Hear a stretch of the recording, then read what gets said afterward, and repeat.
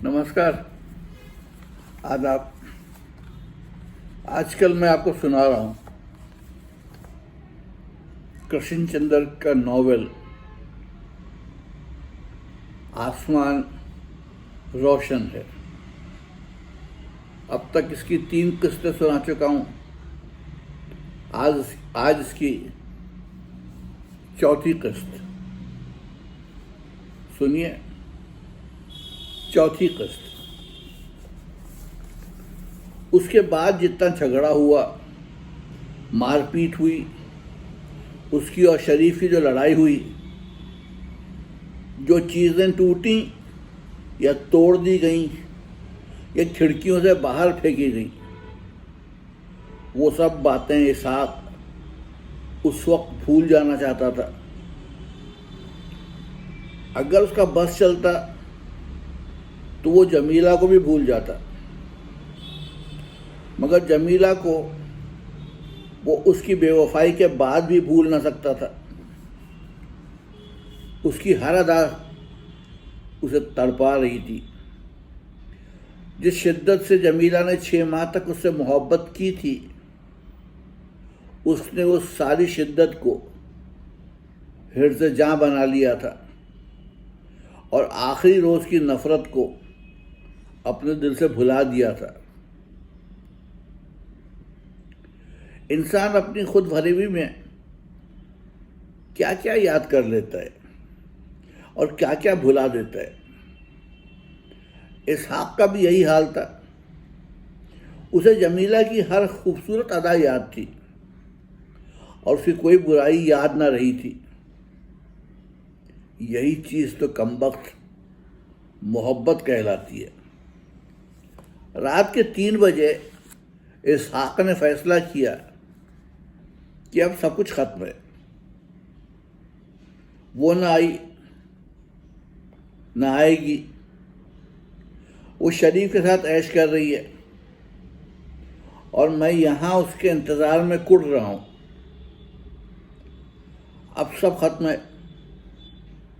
नहीं, अब कल सुबह ही मैं उस जगह जाऊँगा जिसे परियों का आबशार कहते हैं और वहाँ से कूदकर अपनी जान दे दूँगा।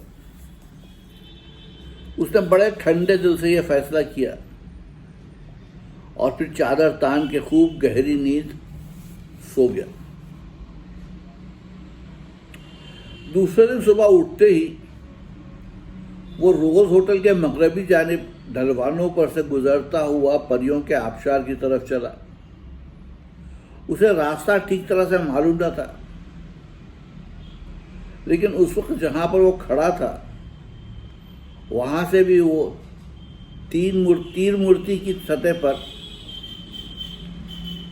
माफ़ कीजिएगा, लेकिन उस वक्त जहाँ पर वो खड़ा था, वहाँ से तीर मूर्ति की सतह से परे परियों के आबशार को देख सकता था, जो तराई के सबसे ऊंचे मैदान की ढलवान से दूर नीचे एक गहरी खड्ड में जा गिरता था। यहाँ से आबशार भी जरा सा ही नजर आता था। अब वो उसे देखते ही देखते रास्ता ढूंढकर वहां पहुंच जाएगा। ऊंची ऊंची झाड़ियों से गुजरता हुआ एक तंग रास्ते पर हो लिया। उस वक्त बड़ी उम्दा खामोशी थी। उसके दिल को भी जैसे करार आ गया और उस वक्त उसका दिल भी बड़े उम्दा तरीके से पुरसुकून हालत में मालूम होता था। अभी सूरज निकला न था, निकलने वाला था। इसलिए आसमान उस वक्त ज़मीन से ज़्यादा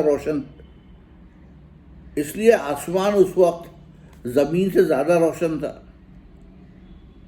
उसकी नीलाहट में सुनहरापन था और पहाड़ों की मशरकी चोटियों के उफ़क़ी किनारे गुलाबी रोशनी की झालरों से मुज़य्यन थे और हवा शबनम के मोती छिटकाती हुई उसके रुखसारों को मिस करती हुई जा रही थी। कितनी उम्दा सुबह है, इसहाक ने सोचा। ऐसी पाकबाज और अफीफ़ा सुबह बहुत कम देखने में मिलती है। और यकायक उसे जमीला का चेहरा याद आ गया। जब एक सुबह काजिब को वो किसी भयानक ख्वाब से चौंक कर उठा था और जाग कर अपने करीब सोती हुई जमीला का चेहरा देखने लग गया था। खुली खिड़की में सुबह अपना मध्यम, बेऐब, बेदाग, सफ़ीद नूर लिए आई थी। उस रोशनी में इसहाक को सोई सोई जमीला का चेहरा एक मासूम कुंवार पने की रोशनी से मुनव्वर नजर आया। कैसा भोलापन था उसके चेहरे के हाले में, जैसे वो एक ऐसी लड़की का चेहरा हो जिसने आज तक कोई मर्द न देखा हो, या वो एक ऐसी सुबह हो जिसने आज तक कोई सूरज न देखा हो। इस तरह वो सोचता सोचता आगे बढ़ गया। रास्ता तंग होता जा रहा था। दो रोया झाड़ियां आपस में मिलने की कोशिश कर रही थी। एक जगह पर रास्ता खत्म हो गया। झाड़ियां एक दूसरे से मिल गईं। उन झाड़ियों के परे उसे कोहना मेहराब नजर आई। यहाँ कोई दीवार न थी, कोई मकान न था, बस एक मेहराब खड़ी थी। वो झाड़ियों को चीर कर उस मेहराब तक पहुंचा।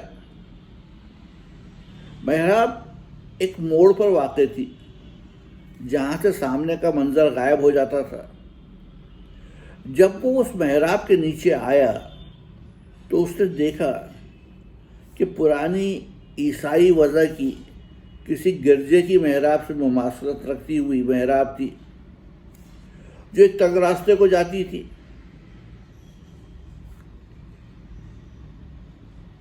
यह रास्ता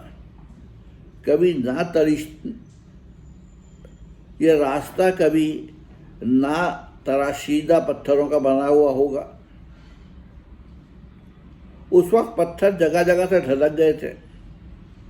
रास्ते के खात्मे पर एक और छोटी सी मेहराब थी, जिसके आगे एक खुला कब्रिस्तान था। वो सलीबों को देखकर चौंक गया। सलीबें जैसे औरतें घूंघट काढ़े हाथ उठाए हर कब्र पर महवे दुआ हों। वो भी तो मरने वाला था। थोड़े दिनों में उसकी भी तो कब्र बनेगी। इसलिए उसे उन कब्रों में बड़ी दिलचस्पी पैदा हो गई। वो गौर से उन कब्रों पर खुदे हुए नाम पढ़ने लगा। विलियम गारफील्ड, उम्र 19 साल, मेसोपोटामिया की जंग में जख्मी हुआ, खंडाले में आके मरा। जॉन ओहारा, उम्र 30 साल, अफगानिस्तान की दूसरी जंग में जख्मी हुआ, खंडाले में आके मरा। डेविड सिल्वन, उम्र 21 साल, बसीर में मराहटों के खिलाफ लड़ते लड़ते जख्मी हुआ, खंडाले में आके मरा। उसकी बीवी रोजा सिल्वन और 2 बच्चे अपने प्यार से बाप के लिए रहमत की दुआ मांगते हैं। मांगो रहमत। प्यारे पादरी, ना काबिले इज्जत लॉर्डशिप, माफ कीजिएगा, बहुत बहुत मांगना चाहता हूँ, बहुत गलत पड़ गया हूँ। मांगो रहमत। प्यारे पादरी, काबिले इज्जत लॉर्ड बिशप, पहले एक 18, 19, 20 साल के लड़के को किसी जॉन डेविड को अपने घर से उठा लो। लंकाशायर के किसी कारखाने से, स्ट्रैटफोर्ड की किसी गली से, डेविड उनके किसी गांव से उठा लो। जैसे खिलाड़ी शतरंज से एक एक मोहरा उठा लेते हैं और फिर उसे रख दो। मेसोपोटामिया में या अफगानिस्तान में या बसीन में उसके हाथ में एक बंदूक दे दो और उसे मर जाने को कह दो। मत ख्याल करो कि अभी वो बच्चा है, अभी तो माँ का दूध भी उसके होठों से नहीं छूटा है, अभी तो उसने जी भर के फुटबॉल भी नहीं खेला है, शायद किसी से प्यार भी नहीं किया है। बिल्कुल ख्याल ना करो, बिल्कुल ख्याल ना करो इन छोटी छोटी बातों का। उठा लो उसे अपनी उंगलियों में और फिर रख दो उसे एशिया और अफ्रीका के मैदानों में, पहाड़ियों पर और मर्कज़ारों में, जहाँ लोहा है, तांबा है और पीतल है, पटसन है, चाय है, जहाँ रोटी है और उरियानी है, गंदुम है और भूख है, सीमेंट है और एक टूटी हुई झोपड़ी है। मत ख्याल करो इन बातों का। काबिल एहतराम बुजुर्गों, क्योंकि सिर्फ मुनाफा मुक़द्दस है, सिर्फ कारखाना अजीम है, सिर्फ बैंक बैलेंस काबिल परस्तिश है। इसलिए बेखतर होकर उठा लो उस मासूम बच्चे को और रख दो उसे गोलियों की बाढ़ पर, और जब वो मर जाए तो उसकी कब्र पर एक संगे मरमर की सलीब गाड़ दो और मांगो रहमत मुक़द्दस बाप की कि खुदा की रहमत से बड़ी इस दुनिया में और कोई चीज़ नहीं। इसहाक का खून खौलने लगा। उसने बड़ी मुश्किल से अपने आप को ठंडा किया। नहीं, आज मुझे ऐसी बातें नहीं सोचनी चाहिए। आज जबकि वो रोज़ होटल के ढलवान से गुजर कर मौत की वादियों में जा रहा था, आज तो हर चीज़ ठंडी होनी चाहिए, हर चीज़ खुनक बर्फाब, ताकि वो आराम से मौत की वादियों में फिसलता जाए। उसने ढलवान पर लंबे लंबे डग भरने शुरू किए। थोड़ी देर में वो त्रिमूर्ति के पुल पर पहुंच गया। यहाँ एक छोटे से नाले का पानी गोया सोता हुआ गुजर रहा था। पुल के पार कदम का एक पेड़ था। पेड़ के आगे टाटा कंपनी के बिजली के खंभों की तार, पेड़ के आगे टाटा कंपनी के बिजली के खंभों की कतार त्रिमूर्ति के मैदान को बीच में से कता करती हुई चली गई थी। हर चीज उजली थी, धुली धुलाई हुई और खामोश थी। हत्ता कि वो आबशार की आवाज तक न सुन सकता था। ऐसा सन्नाटा उसके दिलो दिमाग पर तारी था। वो बहुत देर तक सतह से आबशार को देखता रहा, जो 1500 फुट की बुलंदी से नीचे एक खड्ड में गिर रहा था। उस खड्ड के किनारे किनारे रेल की पटरी चली गई थी और घूमते हुए मोड़ पर एक सुरंग में दाखिल हो जाती थी। उसने आलम ख्याल में अपने आप को उस बुलंदी से छलांग लगाकर, गोया कूद कर आबशार के परे रेल की पटरी पर गिरते हुए देखा। थोड़ी देर में रेलगाड़ी आई और उसके जिस्म के 2 टुकड़े हो गए। अब वो रेल की पटरी पर अपने जिस्म के दोनों हिस्से देख सकता था, सर अलग, धड़ अलग। ये सोचते हुए भी उसके जहन में झुरझुरी तक न आई। वो बिल्कुल मबहूत और मस्कूर होकर नीचे की उमूमी कायर फना को देखने लगा और हौले हौले हौले से कदम आगे खिसकने लगे। यकायक एक जोर के झटके से किसी ने उसे बाजू से पकड़ के खींच लिया। क्या करते हो? एक निस्वानी आवाज जोर से चिल्लाई। इसहाक ने घूम के देखा उसके सामने उसका बाजू पकड़े हुए एक अजनबी औरत खड़ी थी, सफेद फाम। उसने स्लैक्स पहन रखे थे। उसकी नीली आंखों में एक वो तजस्सुस चमक थी, घबराहट और परेशानी। इसहाक ने अपने माथे पर हाथ फेरते हुए कहा, कुछ नहीं, कुछ नहीं। यूं ही चक्कर सा आ गया था। वो हंसी। इस तरह नीचे देखना बड़ा खतरनाक होता है। बाज़ औक़ात इंसान इसहाक चुप हो गया। वो उसका बाजू थामे चलती रही।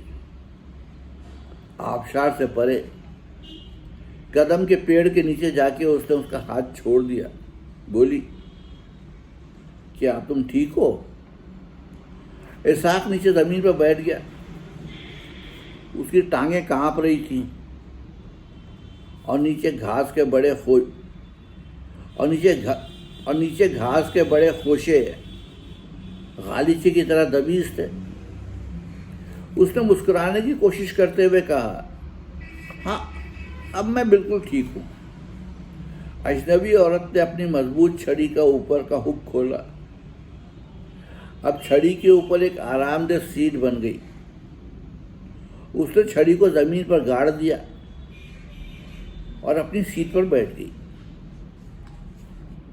इसहाक जमीन पर बैठा था। अजनबी औरत ने इसहाक से पूछा, इस टीले पर चढ़ोगे? त्रिमूर्ति के मैदान के वसत में एक ऊंचा टीला था। जब बादल झुककर आते थे तो ऐसा मालूम होता था गोया वो टीला आसमान को छू रहा है। वो अजनबी औरत उस टीले की तरफ इशारा कर रही थी। इसहाक ने कहा, अभी नहीं, थोड़ी देर में। अजनबी औरत ने जरा रुककर पूछा, क्या तुम खुदकुशी करने आए थे? नहीं तो, इसहाक जोर से चिल्लाया। मैं तो आबशार देखने आया था। वो अजनबी औरत अफसुर्दा लहजे में बोली, परसों मेरी मां मर गई। कल मुझे उसकी मौत का तार मिला जो मेरे खाविंद ने मुझे बंबई से दिया था। मैं कल दिन भर और रात भर परेशान रही। दुनिया की किसी चीज में मुझे दिलचस्पी ना रही। मेरी माँ बहुत अच्छी थी। हर माँ अच्छी होती है ना? मुझे मालूम नहीं, इसहाक ने जवाब दिया। मैं बहुत छोटा सा था जब मेरे माँ बाप दोनों मर गए। मैं एक यतीम खाने की औलाद हूँ। मैं खुद ही अपनी माँ हूँ, खुद ही अपना बाप, खुद ही अपना रिश्तेदार। खून का रिश्ता क्या होता है ये तो मुझे मालूम नहीं। हाँ, प्यार का रिश्ता मुझे मालूम है, और ये रिश्ता बड़ा तकलीफदेह होता है। बड़ा तकलीफदेह होता है ये प्यार। वो चुप हो गया। अजनबी औरत के बाजू को देखने लगा जिस पर एक स्याह पट्टी बंधी थी। तुम्हारी माँ बहुत अच्छी थी ना? इसहाक ने पूछा। माँ क्या होती है? क्या वो महबूबा से भी ज्यादा प्यार करती है? क्या वो कभी गेट आउट नहीं कहती? उसने दोनों हाथों से अपना चेहरा छुपा लिया ताकि वो अजनबी औरत उसके आंसू ना देख सके। उसका सारा जिस्म तेज हवाओं में लड़खड़ाते हुए पत्ते की तरह कांप रहा था। फिर उससे रहा ना गया। उसने अपनी गर्दन ज़मीन पर रख दी और फूट फूट कर रोने लगा। अजनबी औरत ने उसे मुतलिक ढारस न दी। वो उसे अफसुर्दा निगाहों से तकती रही और कहती रही, मेरा नाम एल्सा है, मैं जर्मन हूँ, मेरा खाविंद एक यहूदी है। जंग से पहले हम लोग सैक्सनबर्ग में रहते थे, जहाँ एक नदी बहती थी जिसका नाम एल्सा है। उसी नदी से मुझे नाम मिला। जंग से पहले हम लोग बहुत खुश थे। मेरे खाविंद की एक छोटी सी मिल थी जहाँ हम बच्चों के डिज़ाइन वाले उम्दा कपड़े तैयार करते थे। हम लोग बहुत खुश थे, मैं और मेरा खाविंद और मेरी बुढ़ी 80 साला माँ। फिर जंग शुरू हो गई और चूंकि मेरा खाविंद यहूदी था, इसलिए हमें जर्मनी से भागना पड़ा। मगर मेरी माँ वहीं रह गई। छुपते छुपाते बड़ी मुश्किलों से हम लोग पेरिस पहुंचे, लेकिन एक दिन नाजी वहां भी आ पहुंचे और हमें फ्रांस से भागना पड़ा। फिर मेरे खाविंद ने सोचा कि यूरोप में इतनी जेलें इकट्ठी हो गई हैं और अगर यूरोप वाले ना बदले तो अभी और इतनी जेलें इकट्ठी हो जाएंगी कि कोई तहजीब ना बच सकेगी। इसलिए हम लोग बंबई चले आए क्योंकि तुम एशियाई लोग अपनी गरीबी और नादारी के बावजूद अभी तक जिंदगी से प्यार करते हो। तुम्हारे चेहरों पर हजार गम के बावजूद एक अजब तरह की तमानियत है। वो जिंदगी के लिए एक तकद्दुस आमेज जज्बा है। हम यहाँ बड़े आराम से हैं। हमारी मिल तो अब यहाँ नहीं है, मगर मेरे खाविंद ने क्वींस रोड पर बच्चों के कपड़ों की एक सिलाई की दुकान खोल ली है। वो कपड़े डिज़ाइन करता है, मैं सीती हूँ। अब हम लोग महज दर्जी हैं, मगर बहुत खुश हैं। मेरे कोई बच्चा नहीं है, लेकिन मेरे पास 5 खूबसूरत बिल्लियाँ हैं बम्बई में। जब तुम मेरे घर आओगे मैं तुम्हें दिखाऊंगी। देर तक वो इसी तरह बोलती रही और इसाक सुनता रहा, अपनी आहों और आंसुओं के दरमियान सुनता रहा। आहिस्ता आहिस्ता उसकी आहें दबती गईं, आहिस्ता आहिस्ता उसके आंसू दबते गए। कुछ अरसे के बाद उसे जमीन से अपनी गर्दन उठाई, रुमाल से अपने चेहरे को साफ किया और एल्सा की तरफ देखकर महजूब आबेज निगाहों से मुस्कुराने लगा। एल्सा ने अपना हाथ उसकी तरफ बढ़ाया, बोली, आओ अब बाहर चले। इसाक उठा, लेकिन उठते उठते बेख्तियार उसके हाथ उस जगह पर फिर गए जहां उसने गर्दन झुकाई थी, जहां वो रोया था। लेकिन वहां कुछ न था। जमीन सारे आंसुओं को जज्ब कर लेती है। एल्सा ने आहिस्ता से कहा, अगली बहार में यहां फिर फूल खिलेंगे। फिर कोई राह चलती मराठी लड़की उन्हें उठाकर अपने बालों में लगा लेगी,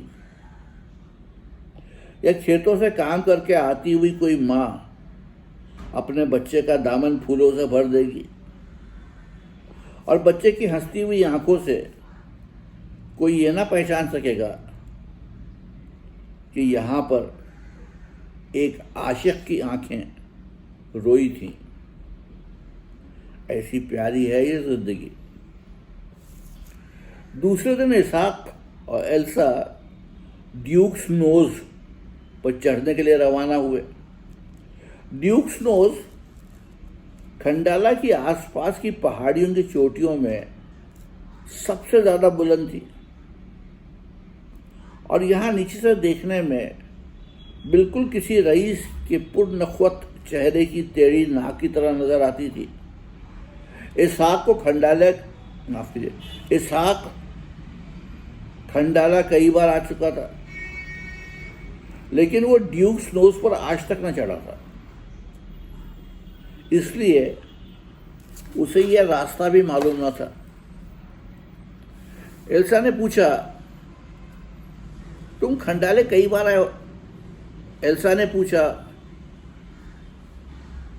तुम खंडाले कई बार आए लेकिन ड्यूक स्नोज पर कभी नहीं गए? नहीं। वो सामने की पहाड़ी पर अतालवी मिशन देखा है? नहीं। उस आगे बढ़ी हुई पहाड़ी की चोंच से एक इतना उम्दा आबशार नजर आता है जो एक गहरी खड्ड में जा गिरता है, मगर यहां से दिखाई नहीं देता। तुमने उसे देखा होगा? नहीं। खंडाला और लोनावला के बीच में जो नदी बहती है वो जिन घाटियों, ढलवानों, रास्तों से गुजरती है, तुमने उसकी गुजरगाह को खंडाले से लोनावले तक तो देखा ही होगा। बीच में बड़े खूबसूरत मर्गजार भी हैं। नहीं। यहाँ चंद मील के फासले पर लोनावला की पहाड़ियों के अकब में जो खूबसूरत झील है, जहाँ दूर दूर तक कहीं पर एक भी घर नहीं है और कोई सड़क भी नहीं है, तुमने उसे तो देखा होगा? नहीं। ऐसा चलते चलते रुक गई। उसने अपना सोंटा जोर से जमीन में गाड़ दिया। इसहाक की तरफ चंद लम्हे बड़ी हैरत और गुस्से से देखती रही, फिर बोली, अच्छा, तुम्हारे होटल से ये चंद 100 फीट पर जो छोटी सी झील है, जहां टाटा बिजली कंपनी का एक छोटा सा कारखाना भी है, जो यहां से दरख्तों की वजह से दिखाई नहीं देता, तुमने उसे तो देखा होगा? नहीं। और उसे चंद 100 फीट और ऊपर एक खूबसूरत पहाड़ी चश्मा है। इसहाक ने उसकी बात काट के कहा, देखो, तुम समझती हो कि मैं नहीं समझता हूं कि तुम मुझे क्या समझाना चाहती हो। जो तुम कह रही हो वो बिल्कुल ठीक है। मैं इन जगहों में से कहीं भी नहीं गया। मैं यहां कई बार आया, लेकिन दोस्तों के साथ आया। हम लोग बंद कमरों में बैठे शराब पीते रहते, ऐश करते और रमी खेलते। शाम को बहुत हुआ तो होटल से नीचे उतरकर बाजार में चहलकदमी करते और वापस आकर फिर शराब पीने लगते। खंडाले में बेशतर हिंदुस्तानी यही करते हैं। एल्सा बोली, पहाड़ी मकामात के लिए तुम लोगों का नजरिया बहुत ही अजीब है। मैं तो सोच भी नहीं सकती कि जब इर्द गिर्द इतनी खूबसूरती बिखरी पड़ी हो, आदमी अपने आप को एक कमरे में बंद करके शराब कैसे पी सकते है? इसहाक चुप हो गया और आगे चलने लगा। रोज होटल से चंद 100 फीट ऊपर जाकर उन्होंने वो छोटी सी झील देखी, जिसका पानी रोककर बंद बांधा गया था। अभी सूरज निकला ना था, इसलिए झील का पानी गहरा सब्ज दिखाई देता था। 3 तरफ दरख्तों का घनेरा साया था, चौथी तरफ बंद था। इसहाक ने कहा, यहां पर देखने को है क्या? एल्सा ने मान लिया और चुपचाप आगे चलने लगी। 100 फीट और ऊपर जाके वो दोनों एक पहाड़ी झरने के किनारे पहुंच गए, जो उनके रास्ते में पड़ता था। चश्मे पर जंगली अंजीर की शाखें साया किए हुए थी। चश्मे के इर्द गिर्द घाटियों पर दूर दूर ऊपर तक फूलों के तख्ते खिले हुए थे। एल्सा की नीली आंखें मसरत से नाचने लगी। उसने अपने माथे और रुखसारों से पसीना पोंछा और फिर इसाक की तरफ बड़े फातिहाना अंदाज में देखने लगी, गोया कह रही हो, देखो तुम अगर मेरे साथ ना आते तो ऐसा हुस्न ना देख सकते थे।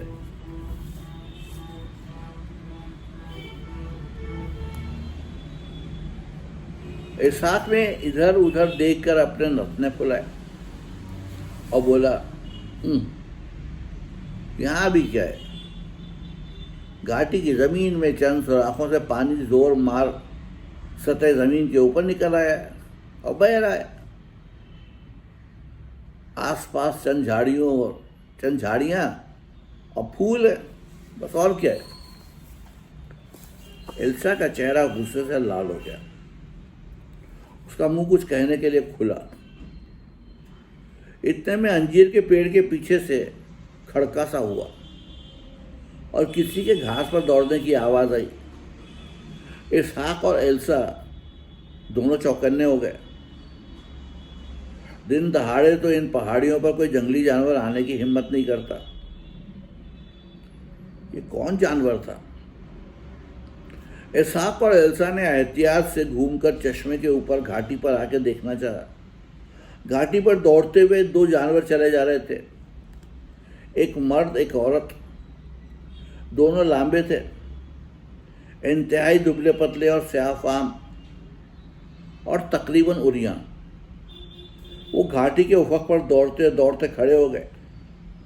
इसहाक और एल्सा से खासे दूर और मुड़कर देखने लगे, सहमे और डरे हुए। यकायक उन दो जंगली जानवरों के पीछे से सूरज निकल आया। इसहाक ने उन्हें इशारे से अपने पास बुलाया, क्योंकि वो देख रहा था कि जहां से वो लोग भागे थे वहां ये लोग एक गड्ढा खोद रहे थे और गड्ढे में से एक जड़ बहुत बड़ी, भारी, वजनी और मोटी नमूदार हो चुकी थी। इसहाक ने झुककर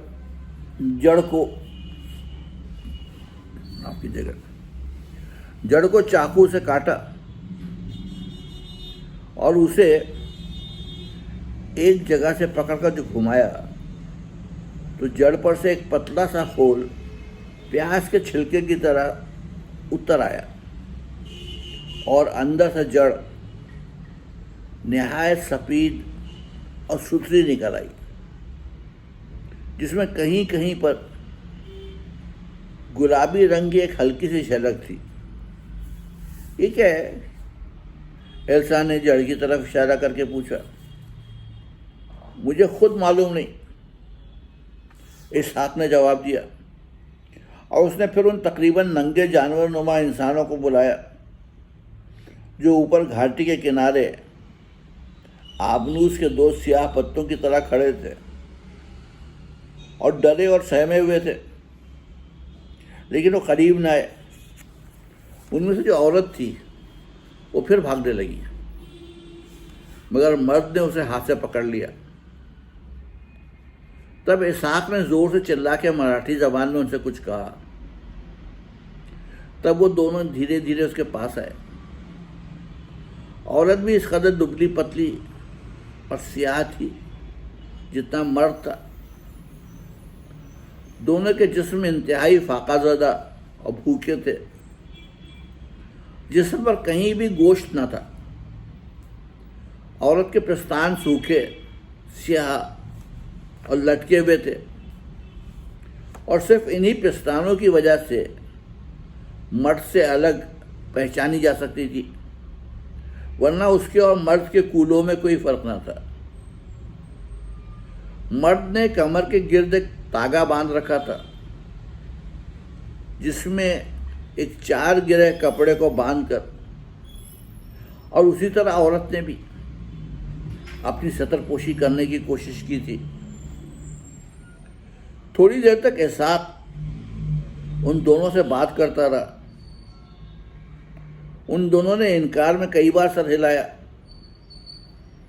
कभी इस बात में, दो एक बार छोटे छोटे जुमलों में जवाब भी दिया, जिसके बाद इसहाक ने जमीन में खुदी हुई जड़ की तरफ इशारा करके कुछ कहा और फिर एल्सा से मुखातिब होकर कहने लगा, आओ अब आगे चलें।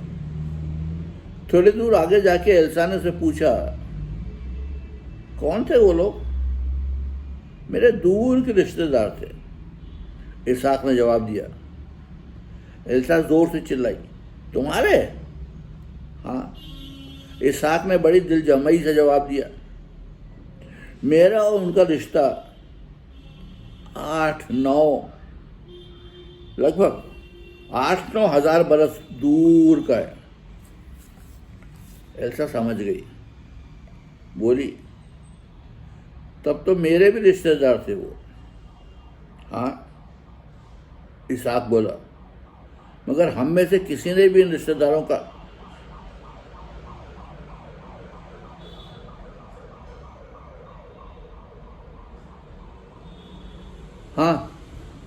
इसहाक बोला, मगर हम में से किसी ने भी उनसे रिश्तेदारों का सलूक नहीं किया।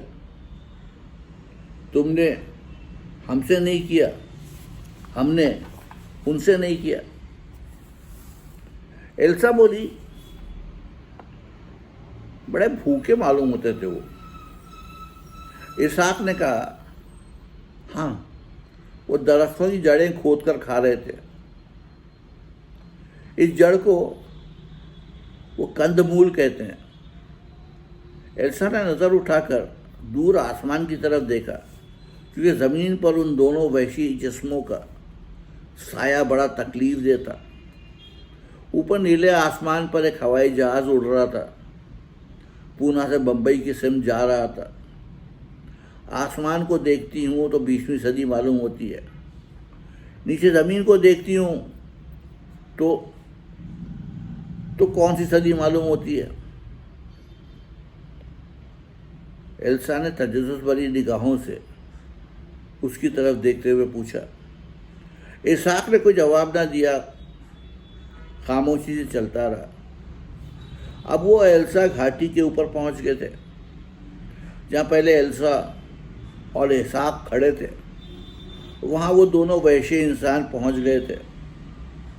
थोड़े अरसे ही में उन दोनों ने झुककर जड़ को खोद खोद कर बाहर निकाल दिया था और अपने नाखूनों से उनके छिलके चीर चीर कर उसके अंदर का गूदा इस तरह भिंबोड़ भिंबोड़ कर खाने लगे कि कभी कभी मर्द और औरत में थोड़ी सी झपटा झपटी भी हो जाती। ऐसी शदीद वहशियाना दरंदगी थी भूख की उन दोनों की आंखों में। देखो देखो, एल्सा एक अजीब कराहत और नफरत और रहम के मिले जुले अंदाज में बोली, मैं नहीं देख सकता। इसहाक वहां से भाग खड़ा हुआ और फिर एक झाड़ी के पीछे छुपकर मतली करने लगा। एल्सा ने उसे आके संभाला।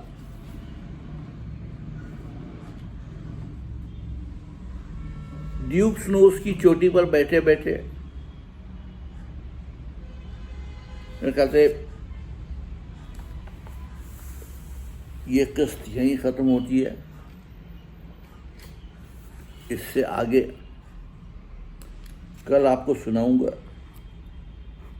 ये थी चौथी किस्त नॉवेल आसमान रोशन है की। कल तक के लिए इजाज़त दीजिए। आदाब।